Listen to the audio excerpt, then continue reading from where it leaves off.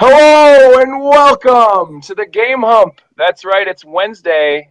And you know what Wednesday means? Wednesday means it's the hump of the week. And we are here tonight to do some game chatter.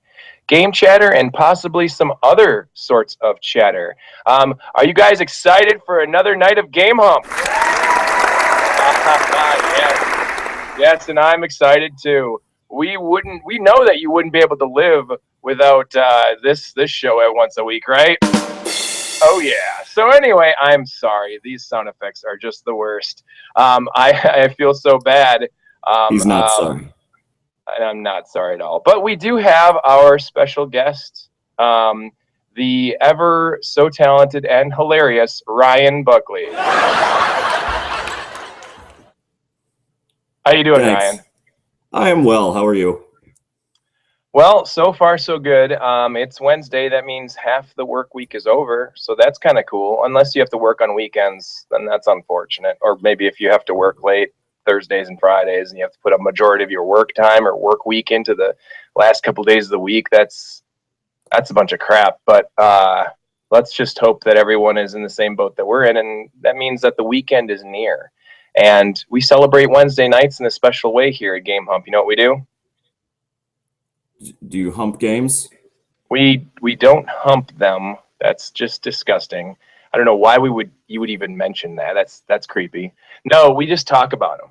That's what we on something that a lot of people call Wednesdays is hump days. We just talk about games and stuff. So Ryan, you're new here to the show. This is I the am. very this is the first time that I've ever seen you on this show. I mean, what are you doing here, man? Long time listener, first time contributor.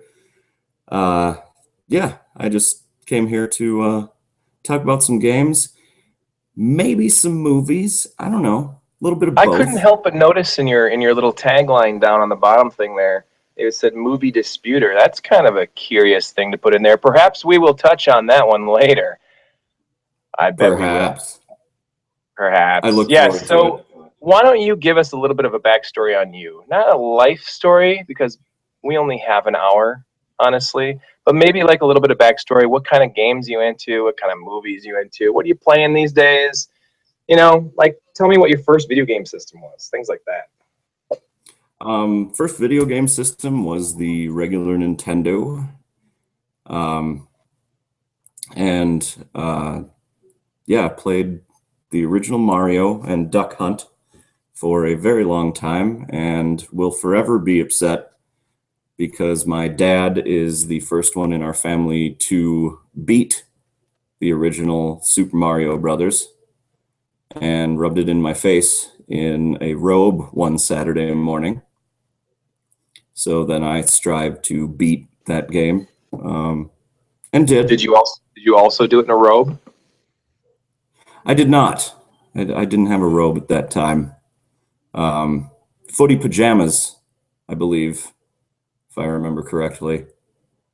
Um, yeah, he was also very good at Duck Hunt, and I love that game still.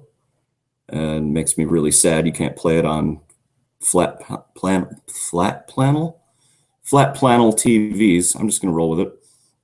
Mm-hmm. Yeah, Um, that's a big no-no. Is those LCD or plasma TVs?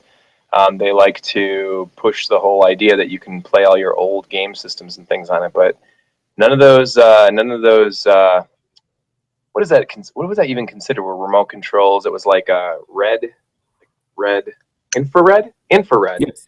Yeah, none of those infrared 3D, infrared like the Power Glove, zappers for any of those old consoles. None of those work. Even all the way up to like the Dreamcast, you can't use those on LCD TVs. It was all with the old tube TV style, which is really crappy. Do you know why? Because I always had my theory. I don't. I don't. I was thinking of a way to make up something, but honestly, usually the comments we get on these videos is that I'm a moron and I shouldn't make up jokes and make up things like that. So I won't. I'll just say I don't know why that is like that. I'm sure someone does. Maybe in the comments below this video, they could let us know. That'd be super duper. Um, yeah, I'm not sure. I just know that it has something to do with the reflection or what what the receiver gets, and the receiver being like the zapper, because I know the two communicate with each other in some way. The end of the zapper that points to the TV, and then the TV receives something back from it. If it's an LCD, it's like you're pointing at a wall, which is really interesting because I remember back in the day where I would hold a mirror up to like a TV, and you could shoot into the mirror. And if the mirror had the same reflection as the ducks or whatever, you could actually zap the ducks on a mirror. Yeah. Hey, I'm sorry, you got a little choppy there. Are you hearing me okay? I can hear you just fine. And sometimes my middle name is Choppy. So if you do notice that, never fear, everything is just fine. Okay. And I just want to say, I just got an important email message from the CEO of VMware, totally unrelated. He likes to send me emails at 9:30 at night, apparently. Oh, and what's it? Is it important? He wants to hear from me about my opinions on VMware. So super excited about that. Oh, awesome. Well, that's always good. I mean, that's interesting when people are actually interested in your opinions, and you're able to respond to that and say, whatever's on your mind, and someone's actually willing to listen. That's a pretty big deal. You must be an important guy. Well, CEOs, they ask for my input. What can I say? Okay, no. You know what that sound effect means? That means we're in the mega round now. So now every question's worth double. Oh, yes. Love it. Yeah, so that's really cool. Nintendo, yep, I absolutely adore the Nintendo. I think that I got a little bit of a head start on you, not necessarily with Nintendo, but I had two game consoles before the NES even came out. And that was not really a game console, but the Tandy Color computer, and then I had a ColecoVision, which was a lot of fun. Nice. Yeah, Coleco was good. It was like a step up somewhere between Nintendo and the original Atari 2600, but it was really cool. But man, the memories that I've got of the original NES are out of this world. I mean, some of the best gaming experiences of all time. Yep. The original Legend of Zelda, like the original one, was one of my favorite games, and it was so. To this day, I go back and I play it, and I still have no idea how I found the secrets that I found in that game. Because I'm like, what? I swear, I was smarter as a 7-year-old with finding secrets in video games than I am now. It was out of this world. I'm like, what made me want to set that bush on fire with the candle? Like, why did I do that? But I liked it. It just made sense at the time, I guess. Yeah, the reboots of games and the ones that include a lot of secrets, because then I like explore and it kind of brings that sense of nostalgia. I mean, like the Super Mario Brothers games on the Wii. I haven't been able to play the Wii U one, but the original Wii. Sure. Finding all those secrets and digging into every level where it's not you're just trying to beat it because that's what you're supposed to do. That's a blast. That's so much fun. That's awesome. No, the new Mario Maker on the Wii U is absolutely out of this world, and that's something that I would consider like a console deal breaker in some ways, where it's like if you're looking for a game that would be the one game to buy a console for, and then you wind up experiencing and discovering all sorts of new games and new gems on the system itself. But like, I mean, Mario Maker on the Wii U is absolutely wonderful. It has got so much to it, and I've probably already gushed about it enough on this show, but it's something that once we have it in our game library here, it's something I'm going to wind up enjoying for a lifetime. I mean, honestly, this thing can go on forever. It's like merged two different universes, like that whole Mario Brothers and all the 2D games and all that challenging, difficult indie style, games that are online now, with Minecraft, because you have an endless universe to create different Mario games from, and you can make up to like I don't know how many levels you can make, but you can make an entire game's worth and put them online for other people to play. So you make a level and you can call 1-1. You can make another one, call it 1-2. You do 1-3, and then you have the boss. Like, and you can do that through an entire 8-world like game and have people play through your levels. It's absolutely Nice. out of this world.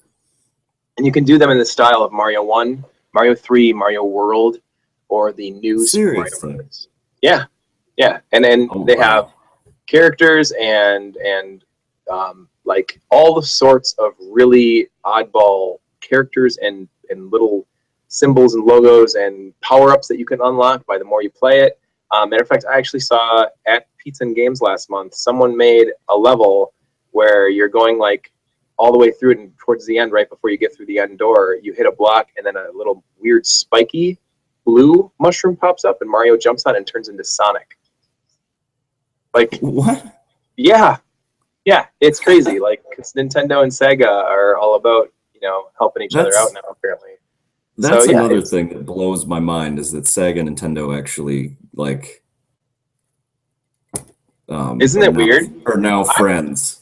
it is weird. It's been like over 10 years now, which is really strange. But yeah, it is so odd. That is something I've never been able to get over. Is that Nintendo and Sega, these once hated rivals. I mean, they despised each other. They made fun of each other in commercials all the time. They were constantly at neck and neck. Mhm. Especially in the early '90s when all that violence and all that the trial with the Senate was going on. Nintendo was just throwing Sega under the bus, like we would never allow those types of games on our consoles. We're about family, friend, and wholesome entertainment. And then 6 months later, coming out with Mortal Kombat 2 with full featured fatalities. Like, Right? thanks, Nintendo. You guys are a bunch of dicks. Like, what Yeah. is up with that? But yeah, now you got Sonic games on Nintendo systems. You got Sonic, the character in Super Smash Brothers games. It's really, really bizarre to see that happen. And on all honesty, I just wish Nintendo would buy Sega because Sega hasn't done anything good in Yeah. a long time. Yeah. They've actually just uh, the one thing that I've noticed that they've done recently, they release mobile games now that They're are actually they're they're very focused on mobile games. Yeah, like Sonic Runners and Sonic, I can't even remember what it's called. Something Sonic Jump. He jumps a lot because he's Sonic. Sonic Jump. He jumps. Yeah. Welcome. Sonic Jump. He jumps a lot. 4.5 out of 5 stars. You just tap the screen. This is fun. This is awesome. Is it like Yeah. Temple Run but just with different skins, like with Sonic instead of the other guy? No, actually, they're kind of, I mean, they're fun, but of course it gets into the whole you have a set amount of lives thing where you can only play like 5 times, then you have to wait 20 minutes for one of your stupid lives to Oh reset, God, yeah. which bugs the living crap out of me because I think some person is literally sitting there like paying for lives or else games wouldn't keep Yep. doing this. Yep. And it's the most Well, obnoxious system. yeah, some kid that's got a hold of their parents' credit card or something. Yeah, it's ridiculous. They're like, oh, you ran out of lives? Pay $15 to unlock. Look, make it $1. If I'm bored, I might do it. Like, but $15? It's absurd, these You're in-app you purchases. you are a part of the problem. I know. I'm well aware. That's just Make it $1 and I'll think about it. I mean, I need an extra guy. that's that's one of many problems I'm the part of, but yeah, for now, this one. Okay. So hey, there's this holiday coming up. Actually, we're about to hit the entire holiday season all in one foul swoop. You know that? All in one foul swoop? Yeah. Is it made of chickens? Is it foul swoop? Isn't that how the saying goes? Fell, One fell swoop. I believe. You've got to be. You're out of your mind. Fell swoop. Well, That doesn't even make sense. Anyway, in one, one foul swoop, we're I like going to it. hit Halloween coming up pretty soon here. Is there any kind of games or movies that you like to watch during the holiday season that are kind of spooky ones or fun ones or scary ones or anything like that? Actually, yeah. I love horror movies. I think they're super fun. And one that I found out not a ton of people know about, which is really weird because it's based on Halloween, is Trick or Treat. Have An you 80s seen movie? this? No. I believe it's in the early 2000s. Um, Now, is it called it's Trick or Treat, like Trick or Treat, or is it Trick or Treat? Trick or Treat. Huh. Yeah. So what? And Let me guess. Is it about? So it's about like an espionage mission where these kids are sent to this like $70,000 billion building, and it's like 95 stories tall. And their mission is to get to the top of it and steal candy from the CEO of this giant company. Let's just call it Hewlett Packard. Let's just make up names, right? And they're they have to get up there without anyone noticing, and that's part of the espionage part of it. Are you familiar with espionage? yes, I believe I have read up on that city in Norway. Okay, good. So what they're supposed to do is they're supposed to get up to the top of that tower, take the candy, and get back down without being noticed. Is that what the movie Trick or Treat is about? Um, you're close, but actually, the movie Trick or Treat is about two young plucky kids that really what they do is they go around and they're trick or treating at night, which preposterous nowadays, right? Yeah, I I think mean, trick or treating is from like 4 to 7 p.m. if now. if you're going door to door at night, you have a death wish, and these kids are like 6 and 8, and they're just brothers. And so, they're laughing and pushing each other into the bushes. And then this just creepy guy comes around the corner and he's like, "Hey kids, you want some candy?" And they just like scream and run. And it's hilarious hijinks on a mat. No, it's not like that at all. Um, it's no, no. What is this? Is this even a real movie? Yes, it is actually. And it's really fun. Okay, Um, so it's not about an it, espionage mission through a tower, and it's not about two plucky kids. it is not. It is not. Well, Um, now I'm interested. Let me hear. What's this movie about? no, so it's divided into multiple little stories that all kind of come together and uh, Kind of like the film VHS. yeah, actually a lot like the film VHS. Okay, cool. And they yeah, each one you see it, and the next subplot ties in with the last one. It's really interesting how they do it, and it is actually, I mean, it's kind of gory but not over the top like a Saw movie. Oh, um, sure, it makes sure. you in every little sub story go, what in the world is going on? And um, yeah, each one keeps getting they're vastly different. I don't remember if each little story was done by a different director. I think that was the case in like VHS 2, Yeah, but so each little film bit kind of ties together one storyline between them. yeah, and it's all based on the old lore of Trick or Treat and Halloween and what that actually meant. Nice. It's pretty Yeah, cool. it's good. I would highly recommend it. Some of my favorite Halloween time film watching or television show watchings would be Simpsons Treehouse of Horror, Treehouse of Okay. Terror, Treehouse of Terror. Yeah, Treehouse of Terror. The Peanuts Halloween special, Yep. Yep. the Great Pumpkin Charlie Brown. That's what I meant.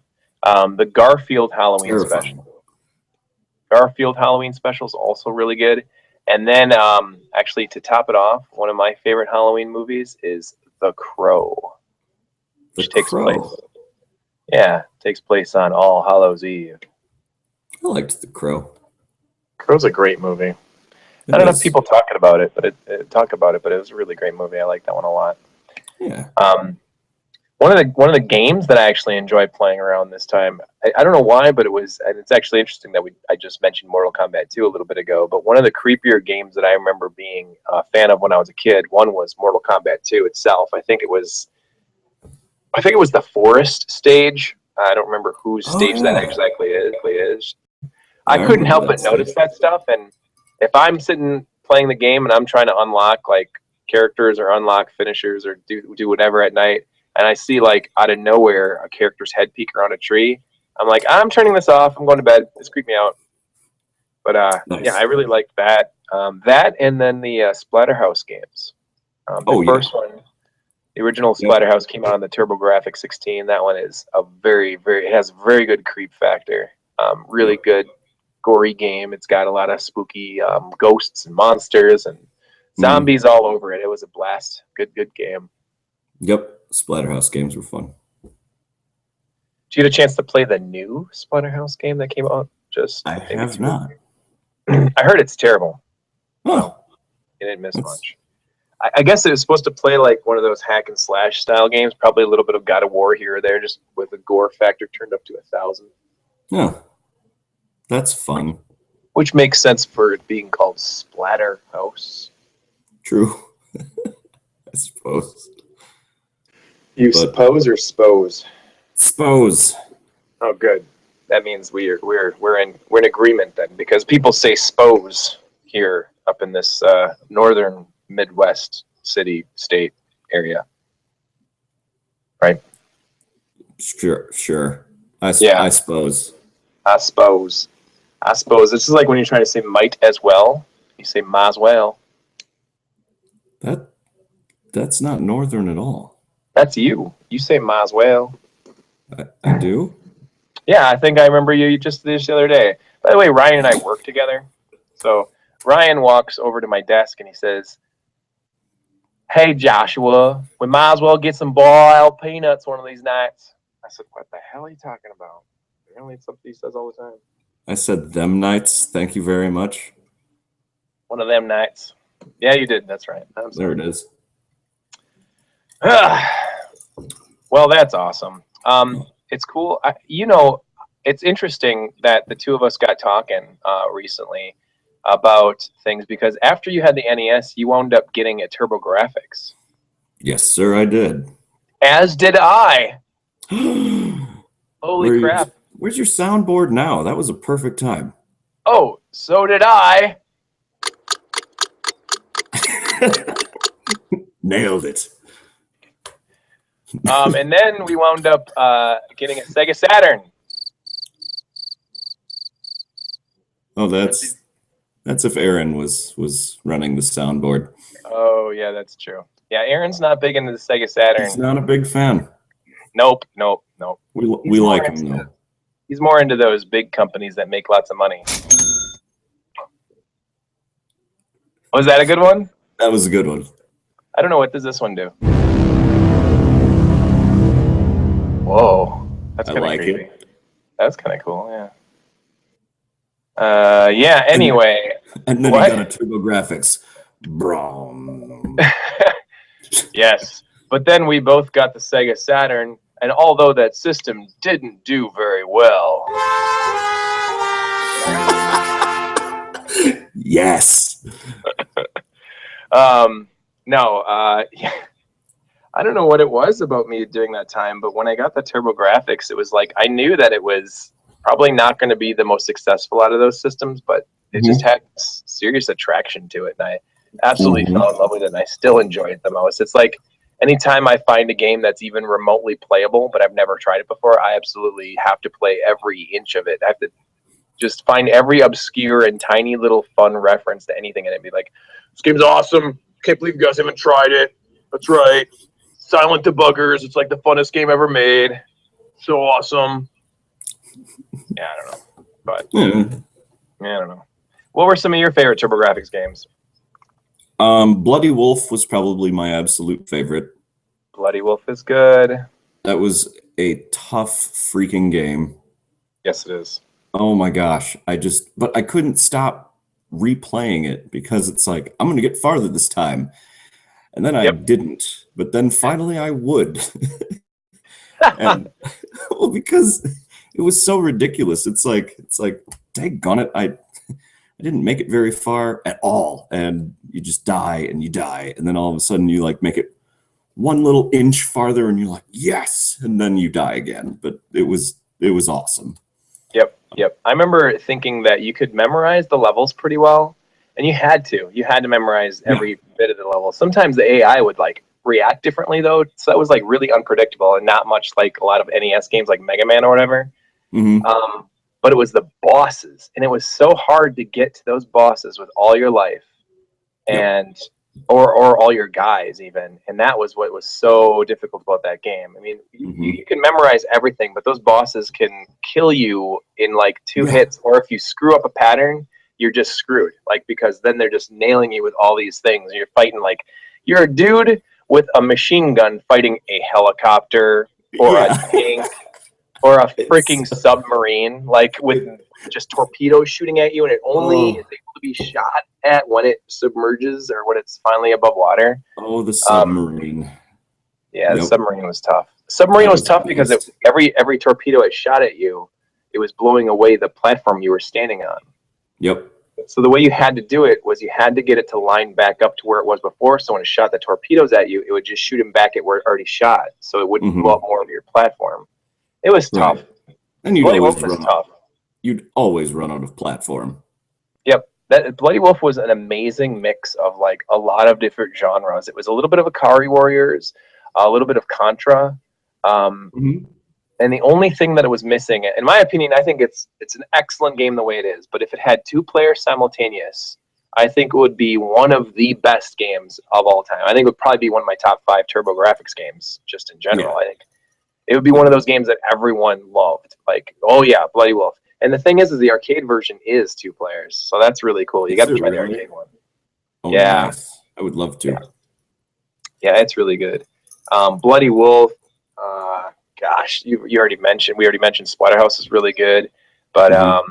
so many other great games. The Devil's Devil's Crush, Alien Crush. Crush, Yep. Airzonk, the Bonk games. There's a ton of really Um, great games. I even liked what was daggone it. Are There you was thinking one of game. the There was Pac-In one. game?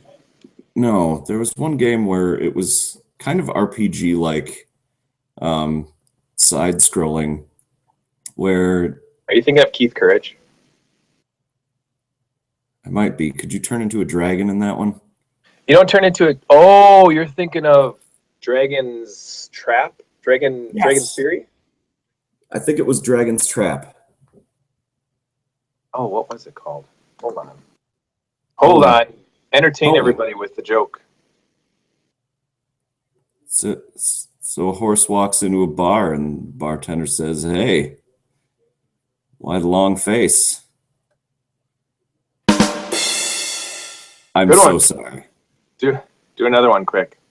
All right, so two guys are drinking in this bar at the top of a skyscraper, and one guy looks at the other guy and says, "Hey, did you know you can open a window and jump out of this bar and land safely on your feet at the bottom of the skyscraper?" The guy's like, "You're out of your mind." He's like, "No, I'm actually really serious." He's like, "I'll show you." And he opens up the window and he jumps out and he's fallen and he's fallen and he's fallen and he lands on his feet right at the last minute because he was picked up by a wind current or something and rides the elevator back up. The guy's like, "That was amazing." And he's like, "No, you can do it too, and you need to because it's a total rush." The guy's like, "No way, man. I can't do that." And he's like, "No, you got to try it." So the second guy slams a shot back, opens up the window, jumps out. He's fallen, he's fallen, he's fallen, splat, he's dead. Bartender looks at the first guy that was sitting there and says, "You know what? You're a real asshole when you're drunk, Superman." Thank you. Dragon's Curse. Dragon's Curse. That's what it was. Thank That's a you. yeah, that's a great game. Did you know that that is a game that is in the Wonder Boy series? No, I did not. Yes, it is actually. There was a big long list of Wonder Boy games, and actually we wound up getting 3 of them on the TurboGrafx. Dragon's Curse was the original one, and then Adventure Island, is one of them, Oh, which is it's really strange. I would want you to Google the weird chronological history between Adventure Island and Wonder Boy. It's really strange the way that those two series work together. I would just recommend you Google that and read about it. It's way too much for me to explain to you. But just to say it like this, the company Westone made Wonder Boy, which was the same game as Adventure Island 1. Sega, now I'm probably going to say this wrong, Hudson Soft or Sega bought the license for that game to make that game on other systems. Hudson Soft made Adventure Island for the NES using the Wonder Boy engine. It was just Wonder Boy. And then they didn't have the rights to make any more Wonder Boy games. So then they made more Adventure Island games using that same engine, like the Adventure Island 2, 3, and Super Adventure Island, and all these other types of things. Westone still had the rights to do Wonder Boy games. So they made Wonder Boy 1, and then Wonder Boy 2 wound up coming out in arcades, and then they wound up licensing it to the TurboGrafx or the PC Engine in Japan, but they didn't want them to use the name Wonder Boy. So when NEC got the rights to have Wonder Boy 2 on the PC Engine, they decided to copyright the name Adventure Island. huh. So that one came out on the PC Engine, and then Dragon's Curse came out, which was, I believe, Wonder Boy 3. Wonder Boy 4, which was called Wonder Boy 4 in Monster World, I think, also came out on the TurboGrafx, and they wound up calling that one Dynastic Hero.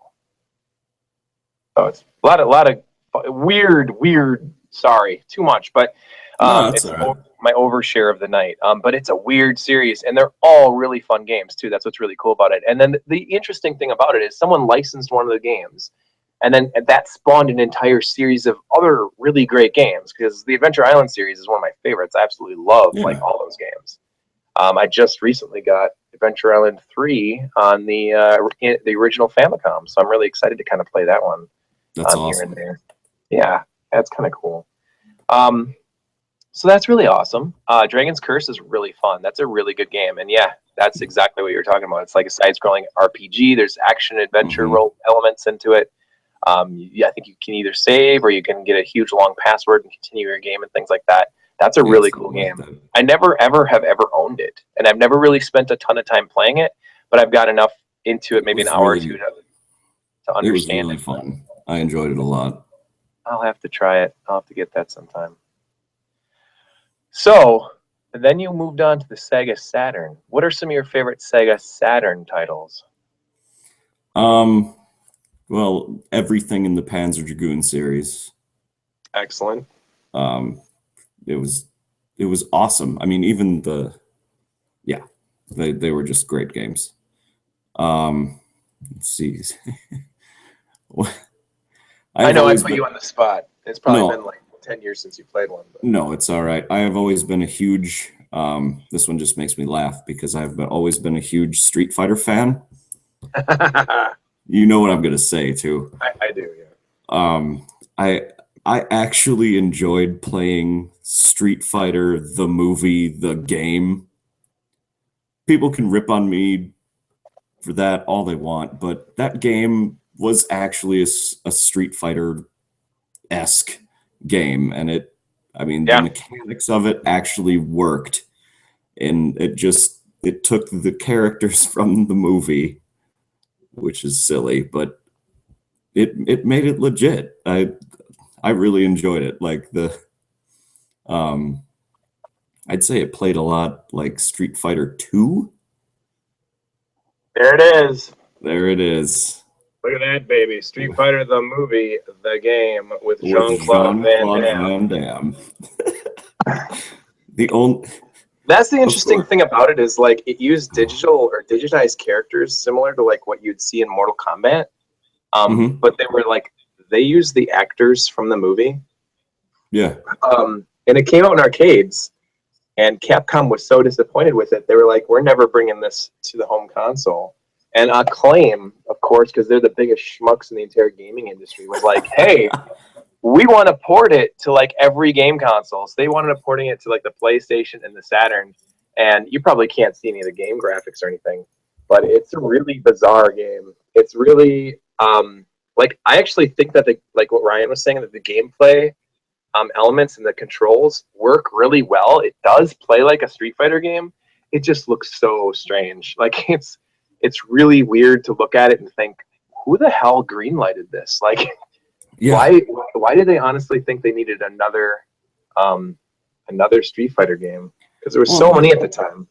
and that makes me laugh so hard is the wonderful Street Fighter chronological ordering that they do, where it's you have Street Fighter 1, Street Fighter 2, Super Street Fighter 2, or no, I'm sorry. No, you skipped a Street couple. Whoa, whoa, I'm sorry. Street Fighter 2 Turbo, Street whoa! You Fighter skipped one. Street Fighter 2 Champion, Yep, Champion Edition. Championship Edition, which I owned and enjoyed. It's a great game. It is a great game. You know, honestly, all of them were really cool. It was getting hard to go back to that well so many times every year and continue to play the same game over and over again. See, and I did. Oh, I did too. I did too. I absolutely loved them. Purchasing them was the problem. Yeah.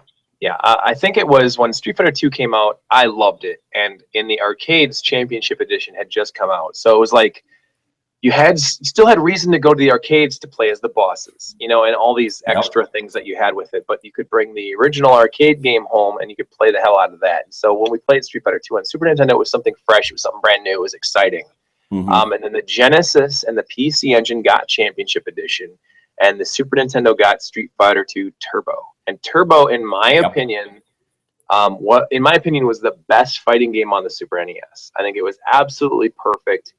They did everything they could with the system, everything they could with each character. They gave it just enough new moves. The turbo moves and the turbo speed of the game, how fast that game played. It was absolutely out of this world how good that game played. And the first time that I said to myself, how many times am I going to keep going back to this every year and playing the same damn game over again, was when Super Street Fighter 2 came out. And that's interesting to think that way, because Super Street Fighter 2 was really the first game in the Street Fighter 2 series that brought something incredibly new to the table. And that was bringing in 4 new characters that were playable. And they weren't bosses; they were just new characters. And it was new music, new graphics, new music, and some new moves for every character.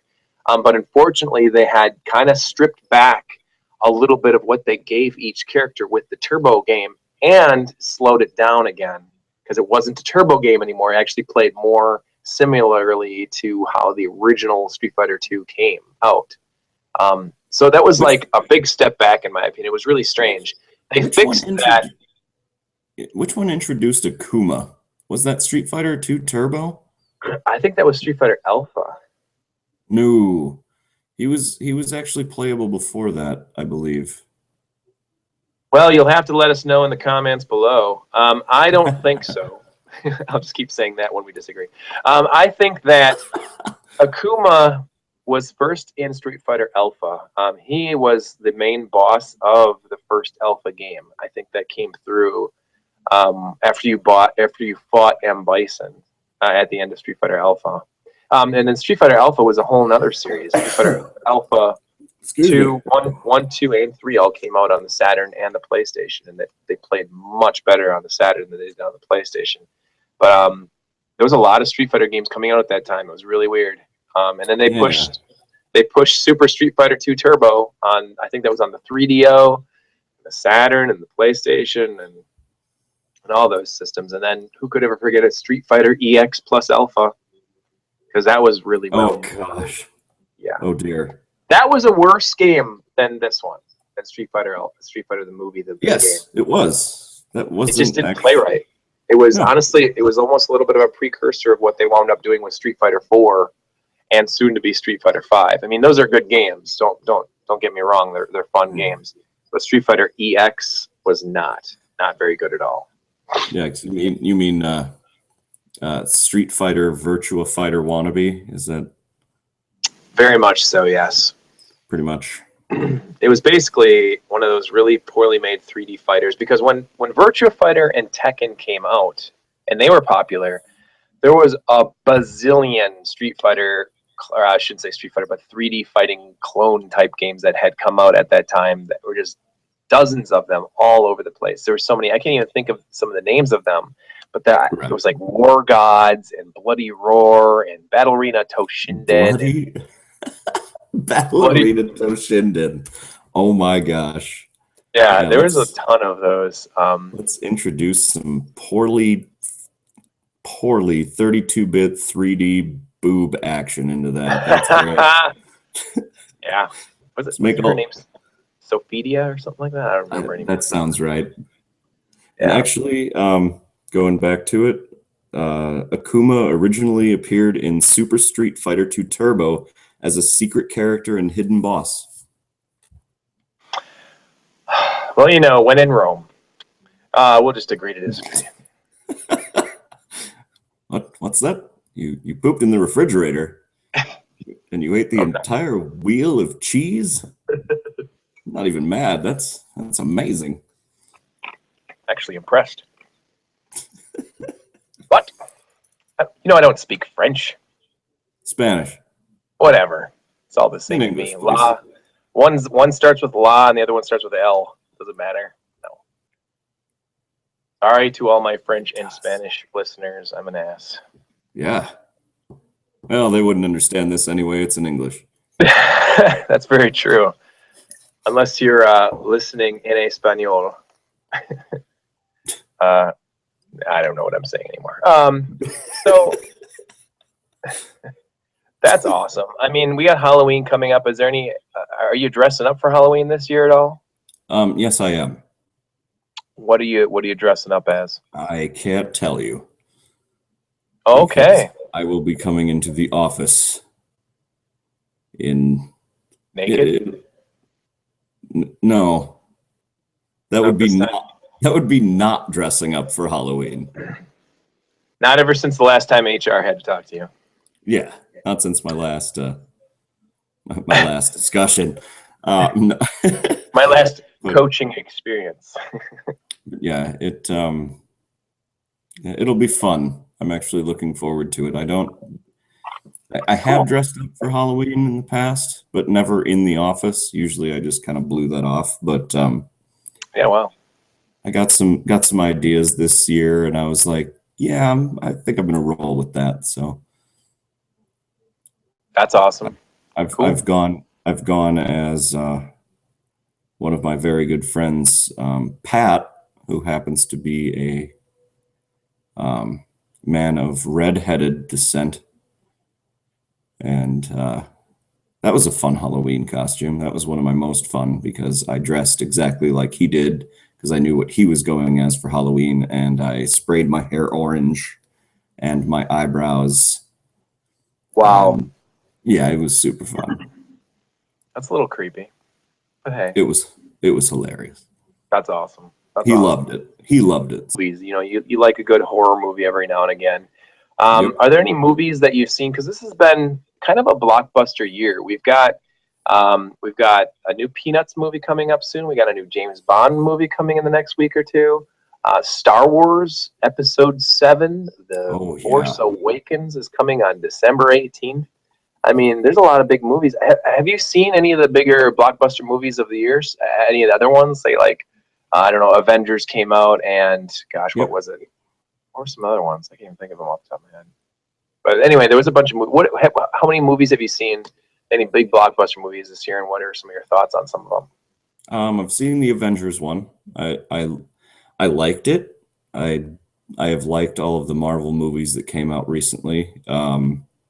Yeah, I'm kind of in the same boat. I liked the Age of Ultron.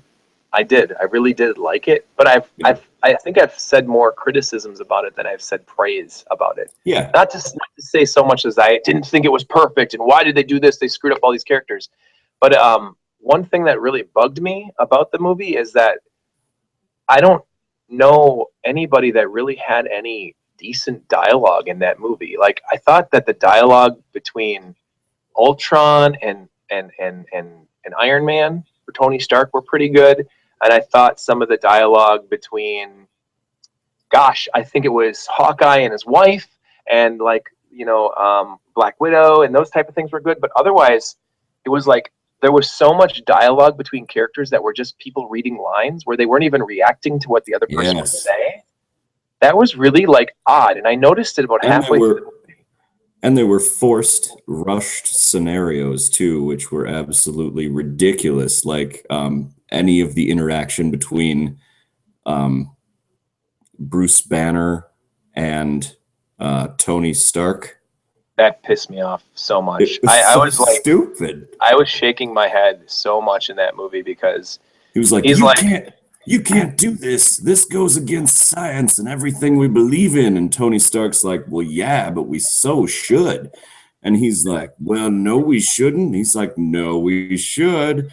And then Bruce Banner's like, "Oh yeah, F it, let's do that. Yeah, that's great. That so sounds good." then they create Ultron. Ultron destroys everybody. He's like threatening to kill all of humanity. And then Tony Stark's like, "Whoa, man, we should really do that again." And then Bruce Banner's like, "No, that was a really bad idea. We shouldn't do anything like that ever again." And Tony's like, "But Bruce," and he's like, "Okay, let's do it." Like, what? I'm just But I rolled my eyes. I remember being in the theater just thinking, this is stupid. Like, why yep, Bruce Banner's a genius. Why would he just say, "Oh yeah, let's try it again"? Like, what's the worst that could happen? Have two of those Ultron things? What the fuck? I just yeah, it's yeah, I it had was problems with it. ridiculous. Although I did like it. I thought the action scenes were cool. I thought it was really cool to see new characters Yeah, come in. It's decent. It's good. I liked it a lot better than I liked the last Iron Man. I didn't really care for Iron Man 3. I know a lot of people like it. My wife even likes it, but I don't know. I've watched it a few times, and at the end of it, I'm just even more confused every time I see it because I mean, and maybe someone can fill me in on some things, but at the end of Iron Man 3, he's like, "I don't want to do Iron Man anymore." And matter of fact, blow up all the Iron Man suits. And he yeah, does. They're all which gone. And Pepper, who is Iron Man's the woman, his wife or yeah, girlfriend, whatever, she's like a superhuman now. Super demigod, like she can survive anything. yeah. Like, where was all of that during Avengers? Why all of a sudden did Tony have hundreds of suits again? Like, what when is this timeline? What's going on here? Who's directing these things? Why are they contradicting each other? Right. Whatever. No, I enjoyed it. I thought it was good. Good. Um, there's one movie I've seen that I did not enjoy that everyone else seemed to, which is, Oh, I think I know where you're going with I this. think You're you talking do. about Ant-Man. Actually, I I haven't liked seen Ant-Man. Ant-Man. I want to see Ant-Man. Oh, you haven't seen it? No. That would go down as one of my favorites of the year, actually. I think it's really good. Really? Yes, Hmm. it's excellent. It's very good. Cool. I will have to watch it. I look All right, forward what to are it. you talking about then? I am talking about Mad Max Fury Road.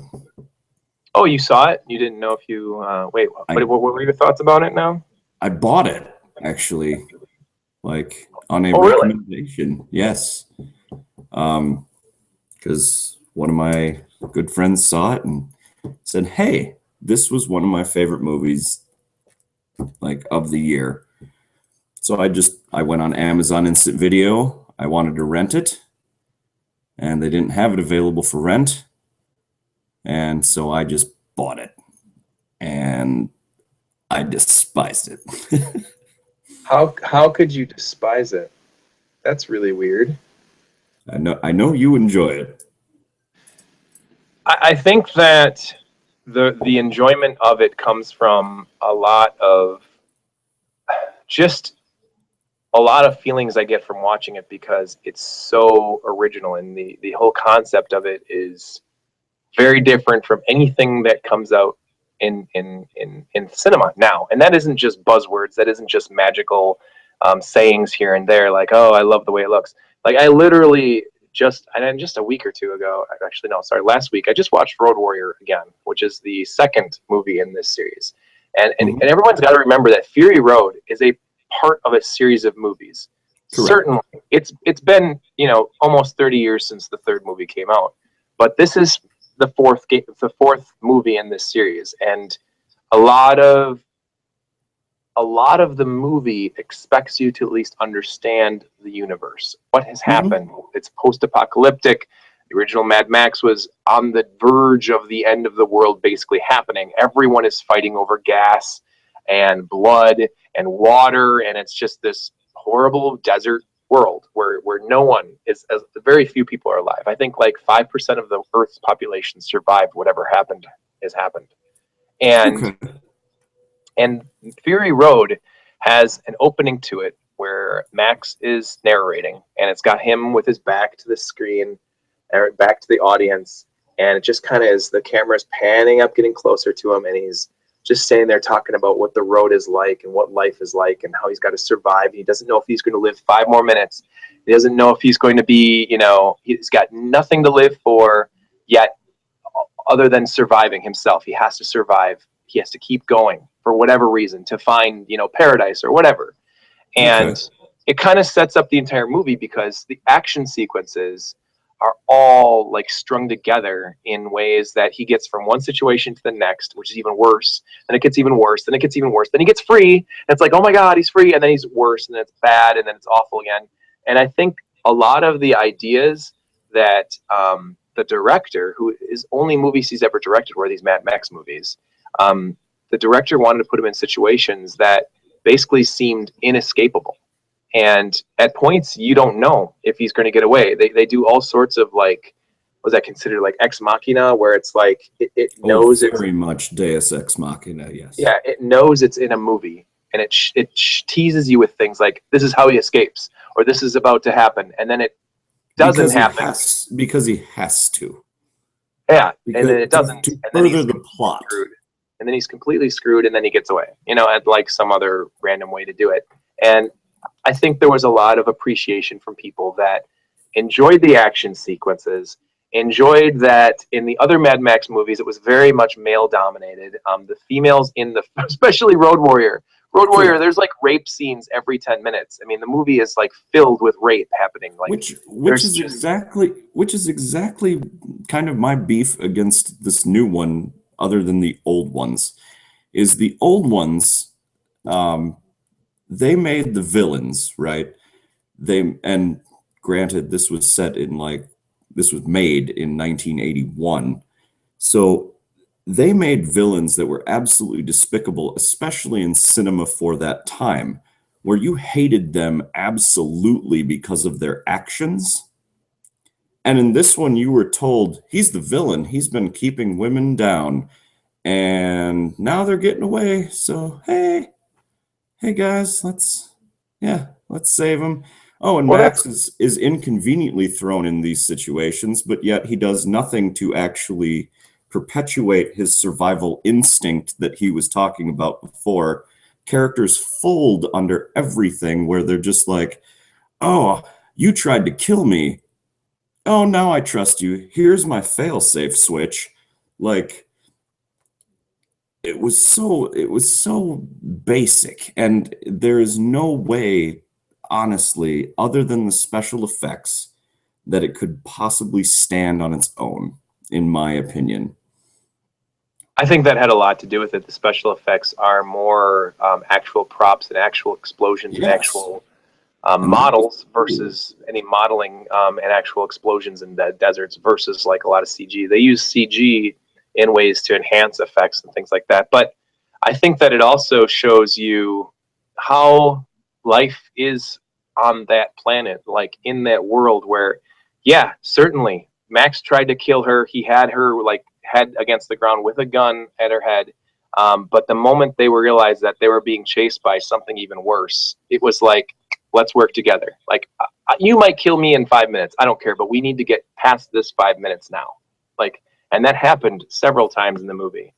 Um, I think that the evil villain, the big bad guy, Was and he all of like, his like "See, and his family of like creeps.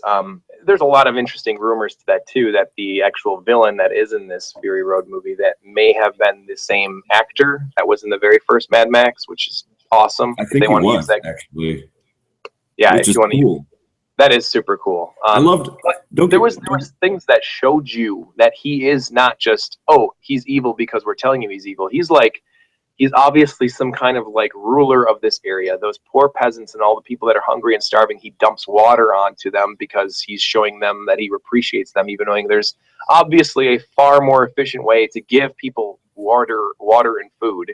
But he splashes it onto the ground into the desert, and it's like, well, there you go. You know, fuck off. Like, he's just awful, and he's keeping these, you know, and he is keeping women that he's basically raping or just, you know, having as wives or whatever to continue populating the world. Right. There definitely were some spots in the movie where, like you said, it's a little basic. It's very like, you're dead or you're not dead. Story. That's the end of the story. Like the you just War meow? Boys?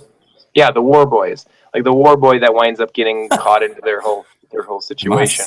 Am I saying meow? Are you saying meow? Well, Like the war boy. Jumping nimbly bimbly from tree to tree. I'm sorry, go ahead. Are you talking about sheep and trees? Yes, as a matter of fact, shameless plug. No, sheepandtrees.com. You should check it out for all your movie reviews. sheepandtrees.com. It has nothing on it yet. All right, continue. The War You Boys. should definitely check it out. But war boy, like meeting that girl and basically being like, I'm sorry, like I'm a bad guy and now I will do good because you're a girl, you're pretty. Like, it's pretty basic too. I mean, I can understand that. I think there's just a certain amount. I think the soundtrack's amazing. I think the action sequences are out of this world. I enjoy action flicks with little to no storyline. I enjoy Expendables movies. I enjoy Japanese action flicks. Like, there's just tons and tons of great movies that I think I appreciate more for the action sequences than anything else. But I would compare Fury Road, this Mad Max movie, to something like Dredd, like the last Dredd movie that came out, where Judge Dredd is like, we're doing one thing, and that is stopping this criminal in this big tall building. And it isn't the most deep storyline either, but I thought it was very similar type movies where I'm surprised Mad Max Fury Road got as popular as it did. It should have been a flop. I mean, in the theaters, honestly, because who knows Mad Max? I mean, nobody. It just became this trendy like pick that everyone went to. And when I went to a huge cult following after Mad Max 1. When because Mad Max 1 in the States was just absolutely awful, but Mad Max 2, that really started to develop it. And then there was Beyond Thunderdome, which is really weird. Yeah, it's weird. It's really weird. It is really weird. But no, Fury Road, I couldn't get into it because there was so much of it absolutely relied on you need to be a fan of this man's films in order to fully appreciate this movie. Like, okay, I appreciated the action for what it was, and I literally had to study to enjoy, because I saw the reviews, I saw the Rotten Tomatoes reviews, and I was blown away because I'm like, this is what, a 95% or something like that. Yep. And I was like, why is it so high? I want to understand. I want to like this movie. I really did. And I appreciated the action sequences. I realized that it was very minimal CGI minus stuff like the sandstorm and whatever else. But there was minimal CGI and all of it was acrobatics and stuff. But you really need to understand the world in order to appreciate the vast majority of it, in my opinion, because I'm sorry, you're a post-apocalyptic world, and you have a dude on an unbelievably unnecessary truck playing a flaming guitar next to a stack of speakers. Why? How could you not love that? This doesn't make any sense to me. I think that your movie... Because in a post-apocalyptic world, you wouldn't have that. Yes, you would. You would be conserving what you could. Yes, you would, because you would... Unbelievable. Do you realize the batteries it would take to power that? And you have a shortage of batteries. Yes. That's like dumping water on your chest every scene of a movie because you're low on water. It's ridiculous. It is what our society does, and this is Mad Max, man. I mean, Road Warriors has that crazy character, comes out with Lord Humongous, and he's showing off, and he's like, this is This is our war cry. This is our threaten. This is how we intimidate people. It is the classic look. All of our technology and all of our laws and all of our real world, like how we run, everything is out the window now. So now we're rescinding back into like medieval times where a war would break out, where an army would come out, and what would they do? They would try to bring some kind of like monstrous like statue or a flag or something to show them like, hey, douchebags, like we're going to kill you unless you retreat right now, or if you don't let us go through, we're killing you. That was a dude with a flaming freaking guitar, and if that doesn't threaten you or make you feel like we're dead unless we let them through or we give in, whatever they want they better just take, we're dead. And that was exactly what that was. And dude, Did it work? metal guitars, flames coming out of it. If you aren't just instantly blown away, I assume your movie buffer is just broken, because that is absolutely wondrous, amazing, mind-blowing cinematography, ideas, perfection in a movie. It is. It's absolutely wonderful. I can't understand I can't understand. Nope. Okay. No way, no way. That is not a complaint. I will not accept that. You can complain about no storyline. You can complain about them jumping from thing to thing. But the thing that you're making this sound like I'm defending a Michael Bay movie or something. Like, Michael Bay movies are soulless. There is no character development. There is racist jokes, sexual jokes, idiotic dialogue between people that just makes your head swim with like, where is this storyline going? It is just scene to scene to scene with nothing tying in the middle except for one thing saying like, oh, bad guy, go get him. Like, Mad Max Fury Road is an artistic, intelligent, beautiful. How is it intelligent? I'm very confused on that, because the plot didn't develop. It was, let's drive here, let's drive back. Bad guy, because you say he's a bad guy. He showed a little bit. He's not a nice person. He's kind of a dictator. But yet, uh-oh. Is that a cat? No, that was my battery being low. Uh-oh. How much time we got? Well, we're just about to wrap up now. Say 5 more Okay. minutes. That was our bell that tells us there's 5 minutes to go. See, there it is. That means it's a speed round, folks. We're here to we're gonna cash in, and we're gonna let the people clap for us. So anywho, I'm glad you liked it. I just didn't see any redeeming value in it, and I thought that was 2 hours that I wish I could have gotten back.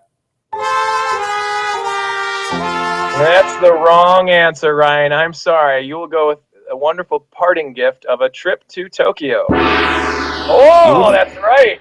I would love that. Oh, that's our parting gift. If you had actually gotten the question right, then we would actually pay for the airfare to get there. Sorry, buddy. I have no idea what I'm doing with all these sound effects. Ryan, did you just die? Ryan, are you gone? I think Ryan is gone. His laptop battery must have just died. He is now gone for the night. But hey, I think that his opinion on Mad Max Fury Road, while I don't agree with it, it's interesting to hear other people's opinions of things, that's for sure. I think that Mad Max is a wonderful movie. He did not think it was that good. I can't even come anywhere near understanding how someone could think that it was, as absent storyline or just kind of silliness or ridiculousness as like a Michael Bay movie. And I know he didn't necessarily say that in the actual show tonight, but he had mentioned that to me prior to this. He said it felt like a Michael Bay movie, or why I enjoy Mad Max Fury Road, but I do not enjoy Michael Bay movies. I think there's no comparison between these movies, but that's my opinion, and his opinion is different, and that's cool. I would love to hear what other people's opinions are on this. I think that people having different opinions on movies is a good thing. I think people being able to discuss it in a nice and calm manner is even more important. But let me tell you something. If you don't like Mad Max Fury Road, you can go screw it. Oh, hey. Hi. Oh, you're back. I was just, hey, so how are you, buddy? Oh, I'm great. No, just wanted to say thank you for having me on, and I liked coming into that. That was fun. Oh, I'm so glad you could be back too. I was just saying how happy I was that you were a part of the show and how I valued your opinion. Uh-oh. What was that sound like? I really have to use these sounds for some sort of a game show thing, like to have like these questions and then have Aaron come on and like answer every single question and I'll just say, "Oh, you're wrong." Every time. I like it. I think that'd be really funny. Oh, yes. But no, seriously, it's cool to have different opinions. I think that your opinion, it makes sense. I can understand it. I can see it. I can't understand it, but I can't agree with it, I should say. But I can see why someone wouldn't like it. It's not exactly shocking to me. I'm just curious what other movies that we have like polarizing opinions of that are some movies that I absolutely love. I I think would that love to explore those. yeah, I think we've discussed a lot of movies before and we've almost always agreed, I True think. story. But True this one's a story. weird one. I don't know why. I just think it's, I don't know. And there's no more explaining needed, but I just think it's one of those movies that falls into that line of movies where it's exactly what I love out of movies. Like this is, you know, I love Judge Dredd, so I love this one. I Not love Dredd. Judge Dredd too, or Actually, Dredd. really, I enjoyed both the Judge Dredd movies, but I did the more too. recent one, the more recent one's excellent. Like it's And Dredd was absolutely, amazing. yeah. So I put that up there with that one, for me. But other people Yep. have different opinions, and that's fine. True story. No matter how wrong they are. So anyway, Just no matter how wrong you are, yes, it, indeed. it wasn't. I didn't say you. I would like to say thanks to everyone for listening very much this week. I think we had a good time. I'm looking forward to next week when you know what our theme's going to be for next week, Ryan. Halloween. That's right, Halloween. And it's spooky, spectacular week on the Game Hump. So we're going to talk about scary games and scary movies and all kinds of other things. And we're going to probably try to get a panel of up to 4, maybe more people to kind of go around and chat about things and hopefully get in some interesting arguments. So I hope everyone checks that out. And in the meantime, enjoys the rest of their week because you only got a couple more days and then it's the weekend again. Whoop, Speaking whoop. for myself and Ryan Buckley, enjoy the rest of your night and your week. Thanks again, So Josh, long. and good night. Good night.